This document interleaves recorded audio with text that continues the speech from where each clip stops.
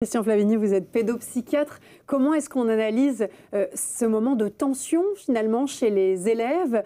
On l'a entendu dans le sonore tout à l'heure, il y a ceux qui n'ont pas dormi de la nuit, il y a ceux qui sont surexcités le matin, il y a ceux qui pleurent devant les grilles de l'école, qui veulent absolument pas y aller. Comment est-ce qu'on l'analyse d'un point de vue psychiatrique? Ben, je ne sais pas s'il y a un point de vue psychiatrique sur cette question-là, mais par contre, il y a un point de vue très précis sur ce qui concerne la relation des enseignants et des parents.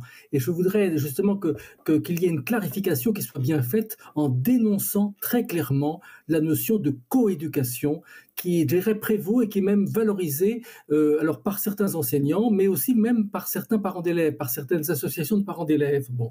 Or, je dois rappeler quelque chose qui me paraît essentiel pour qu'il y ait une bonne relation entre enseignants et les parents, c'est que les registres de l'éducation dans la famille et de l'instruction à l'école ne sont pas les mêmes et qu'ils doivent être respectés par les uns et par les autres. Les parents ne sont pas des instructeurs bis et les enseignants ne sont pas des éducateurs bis et ils ne doivent pas l'être.